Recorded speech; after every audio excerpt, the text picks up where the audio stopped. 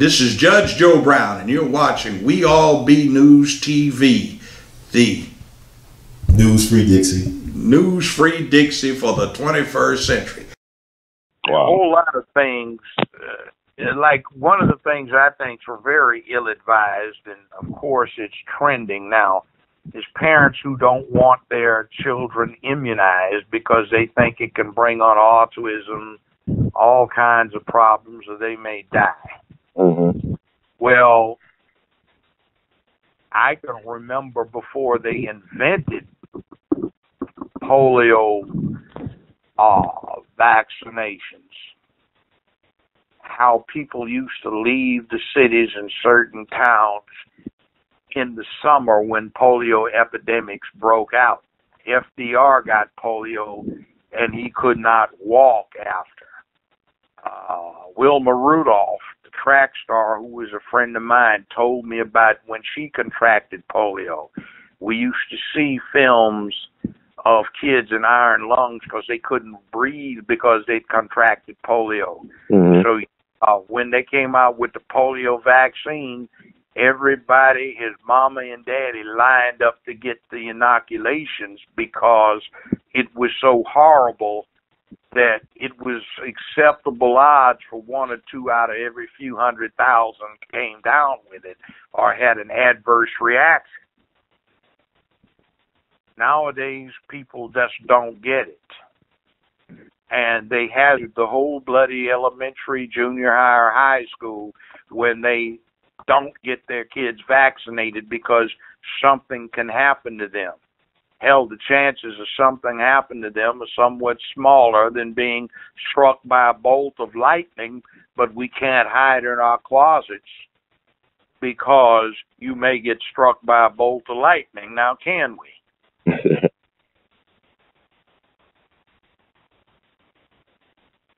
What'd you say? That's a reality. People just have all kinds of screwball crank stuff that they start believing. And see, the problem with belief is that you can believe the world's flat. You can believe in a lot of things that are not reality, nor are they sound. It's better to have an opinion based on information, analysis, and experience that you can change or alter when you acquire better information, better analysis, or more experience. That's what's wrong with politics today. You hear it all the time. He believes, or it's his belief, or I believe. Right. I don't care what the devil you believe. What is your opinion? And convince me that your opinion is valid.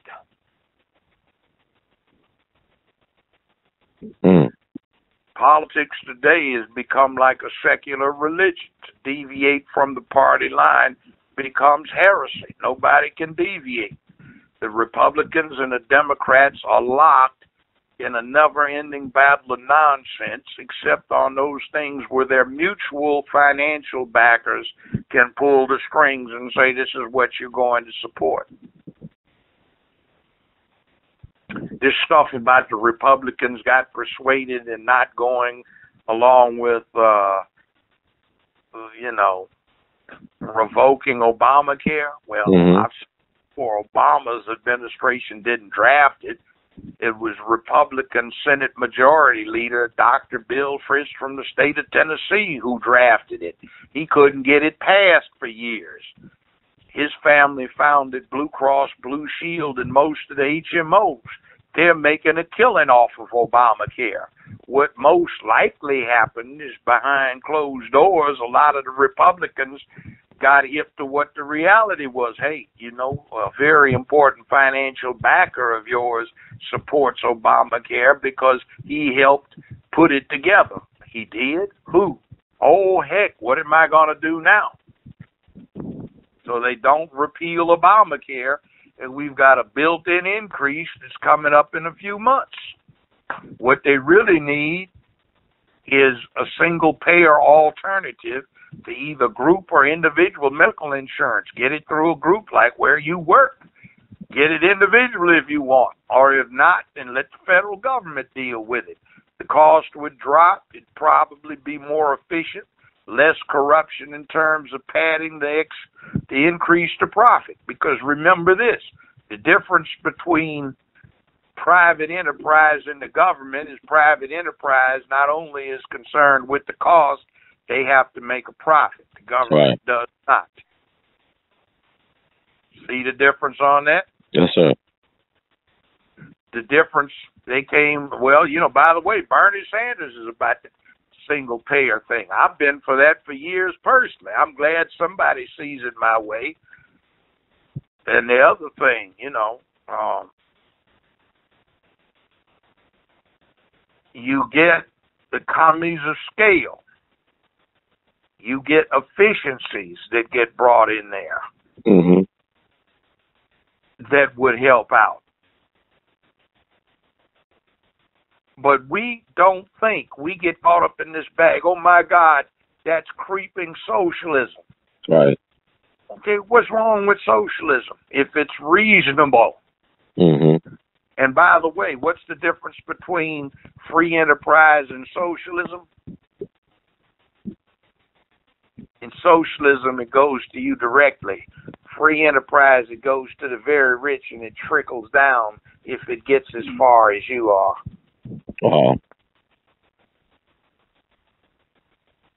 I mean, you look at reality of the situation, capitalism is failing the rest of the world. The majority of the world population is in poverty.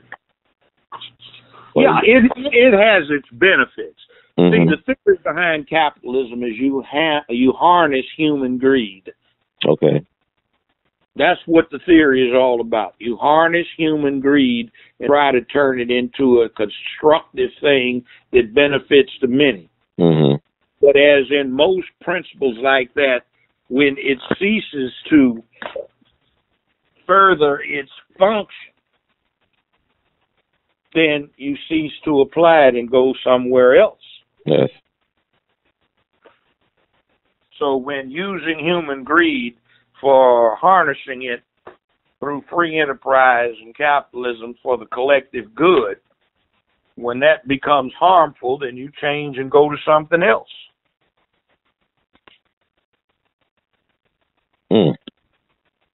I mean, have they really has capitalism went through a certain amount of phases though? Have it been reinvented several times over the, I guess, centuries or decades? Well, it arose from the nascent slave trade that provided first large sums to reinvest. So you have a principal, you invest the principal and make money off of the principal. And then you reinvest that wisely. But then, you look at America, though, I mean, it's like people say it's the wealthiest country in the history of the world, but it never really truly paid the folks nor the descendants, some of the wealth. I mean, you was able to get a free workforce, a free labor force to build one of the most powerful countries in history. But they never compensated, the people who built it nor their descendants. And you talked about your law school debt and how you told the collector, hey, this is the interest y'all really owe me. Y'all owe me this interest based on what y'all didn't do for my ancestors. So can a case be made? Can we get reparations for people of African descent who ancestors were slave or enslaved? Let me ask you this. Do you think this House of Representatives we have now, this Senate we have now, would pass that? No, I don't. But I think it can happen. I think it will happen one day. The last one it got brought up, it didn't pass it. One before that didn't. One before that didn't. It's been 154 years. Do you think which Congress and which Senate is going to pass that? Like you said, we as African Americans never had that moment where we really had to fight. So I think the time is coming. We don't have that many friends in the House of Representatives nor the U.S. Senate for that to pass.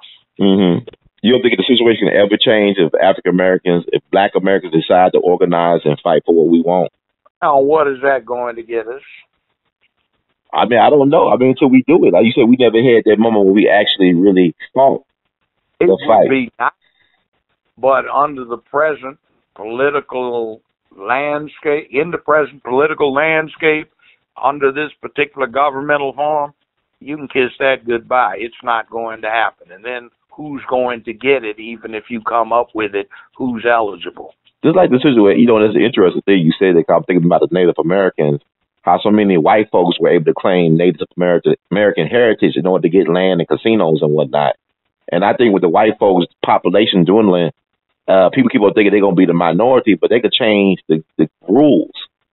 They can still make themselves a majority. They say, this is a new white. This is the new white standard. Like they said, one drop of black blood makes you black. They say, well, if a white person marries a person of color, if your mom's white, if your dad's white, you're going to be white. You can be classified as white. They can always change the rules of the game, even when you're winning. They can change the rules. So I just think it would be a demand and an organized force behind those demands. I don't think we had a civil war. Here's the other thing. Mm-hmm.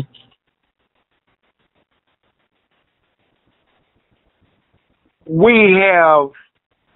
How are you going to distribute that? Does Barack Obama get any?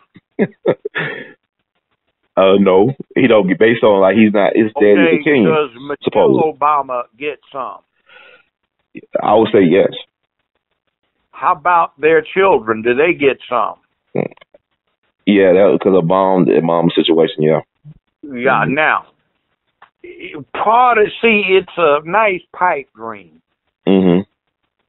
But the realities are prohibited. For example, every one of the former Confederate states had laws on the books for about 40-some years, up until the late 1920s, early 1930s, that permitted someone to come into court, circuit, superior court, chancery court, and petition to be declared Caucasian. And if to the judge or chancellor's satisfaction, they appeared to be Caucasian, or reasonably so, and they had no more than a certain percentage of known colored ancestry, and a sufficient number of white character witnesses, mm-hmm. they could get an official decree of Caucasian status. Now, the way American law is once you made that decree, you couldn't undo it. So what they started doing was, in say Tennessee, it said, anyone with no more than 1/8 known colored ancestry shall be entitled to a decree of Caucasian status if to the satisfaction of the presiding chancellor and 2 Caucasian character witnesses, this person appears to be Caucasian, said decree shall ensue. In other words, you're white from then on. Mm-hmm. Now, see, in the late 20s, said anyone with any known colored ancestry, comma, not heretofore declared Caucasian, comma, shall be considered colored for purposes of this statute. By the mid-30s, the statutory language started reading, any person with any known colored ancestry shall be declared colored for purposes of this statute. Mm-hmm. There were some interesting consequences. When I first started being a prosecutor, first brother that had for the city of Memphis, and I had to do offers for some of these older brothers, I'd find on their rep sheets charges like colored person refusing to remove from sidewalk for passage of white person, reckless eyeballing by colored person. This is the funny one. Maybe they need to resurrect it. Acting too colored in public.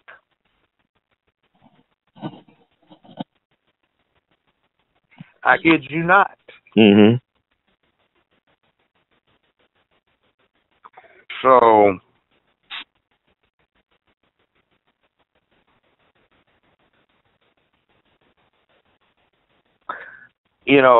that had a big to do. But what happened, was this has got to do with money. after the Civil War, a whole lot of rich Southern aristocrats found that they had no legitimate sons to leave all of their properties to. The sons had been killed in the Civil War. Mm-hmm. You have to understand, in the Civil War, more people were killed in the Civil War than in all the rest of the wars America has been involved in combined. Mm-hmm. So they had nobody to leave it to, but they had a favorite slave mistress who was most likely an octoroon or a quadroon. So they had some boys that they kind of liked by these mistresses.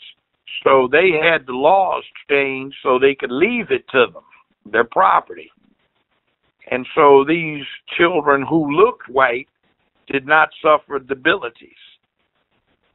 In Tennessee, it was 1/8. Down here in Mississippi, it was 1/4 colored. Arkansas, it was 1/4. Louisiana was 1/16. You see, North Carolina, it was 1/4. South Carolina, 1/4. North Carolina, 1/8. And up until the late 1930s, the rule was, if in doubt, white folk usually treated the person as though they were white, because that could be a grievous insult. Mm-hmm. So it's what's white, what's black. So let's assume we've got reparations. Who gets it? Who actually had an ancestor over here that went through it?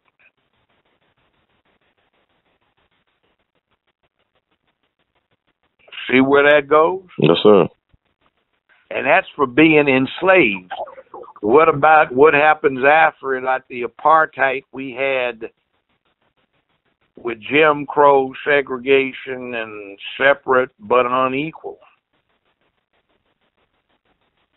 You know, has South Africa passed any reparations bill for apartheid? Mm. You see, what we're talking about, again, is a poor substitute for having the balls to go take what is ours, or Right. to enforce what is ours. What do you think of Irish now? Good white folk, good Catholic white folk. They run a lot in politics. They've had a president, John F. Kennedy. And, you know, I was in junior high school when Kennedy got elected. It was a big thing about him being an Irish Catholic. Mm-hmm. And by the way, do you know until 1878, when there was a joint act of Congress and the Senate, Irish were regarded as non-white? Mm.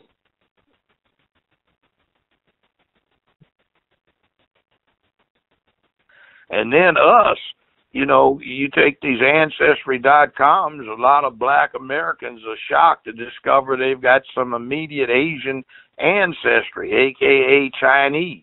Right. That's from all of these coolies they brought into the South, not just the West, to build railroads after the Civil War. You know, you're a male Chinese man, and, you know, a Chinese man, you're 6,000 miles away from the homeland. This is where you're staying now. You need nookie. You get you some colored nookie. Mm-hmm. I do see a lot of Asian-looking black people, so I guess that makes sense. Yeah. Yeah, that makes sense.